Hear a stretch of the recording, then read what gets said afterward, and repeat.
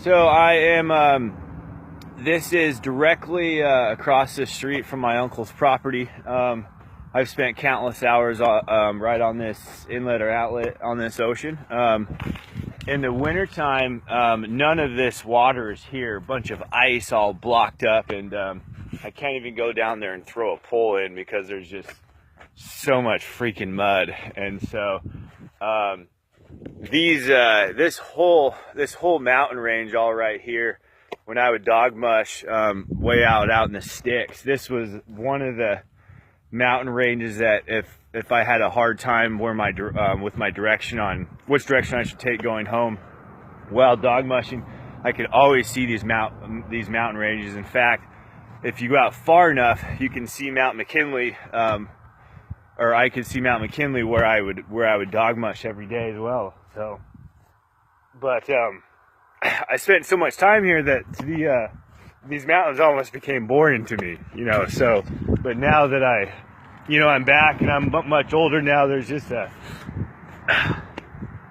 much bigger of appreciation, you know, checking out all these mountains and stuff. And so Wasilla and Anchorage is definitely a home away from home, no doubt about it. You know, coming back here and it's been again 7-8 years, something like that. It's been a pleasure to revamp my passion with an area like this. And oh, look, there's an old car down there. I think I can get it. You'll see that a lot in Alaska. Like on the way here from Fairbanks, you'll see a burnt car right on the side of the road, and the state doesn't even pick it up. They just leave it there. And so, anyways, but imagine waking up to this area every single morning, which I did for months. You know, in the summertime, it's absolutely phenomenal. In the wintertime, you know, these mountains are all just frozen.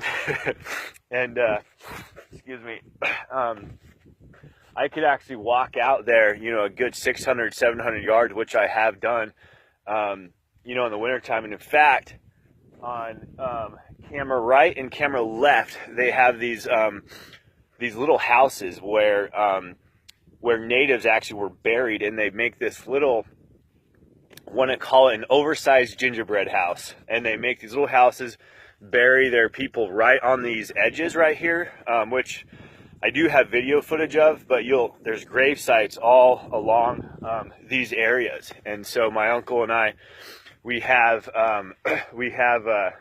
you know, videotaped that and went and looked at them.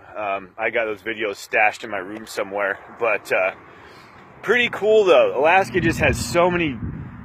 It's just so different, you know, from the lower 48 states. It's such a foreign state. You know, the only time Alaska ends up on the news, of course, if somebody gets mauled and their head gets chopped off by a grizzly bear, that's not newsworthy to the lower 48. But the only time Alaska's on the news if there's a major earthquake or if the IDITAROD happens, and usually it's just the IDITAROD, so they only meet the, you know, newscasts and news television places or whatever you want to call them, you know, typically once a year. And so other than that, Alaska is typically not noteworthy to the lower 48 states. I mean, most people who have traveled, I get that they've never traveled to Alaska. And if you're a big traveler and if you have not traveled to Alaska, you are missing out.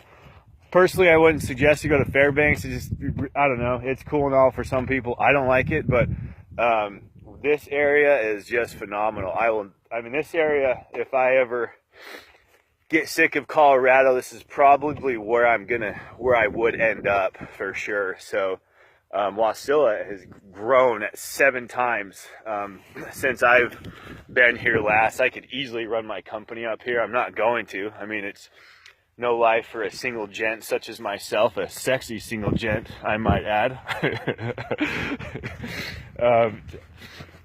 I'm just kidding about all that, but you know, to live up in Wasilla, it's not a single guy's lifestyle. It's, you know, what do they say? There's 1 woman to 10 dudes, and I think that's probably still accurate. So, anywho, this is my home away from home. It's a gorgeous area, and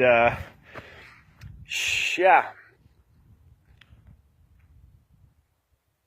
Nothing. Can't hear anything. I love it.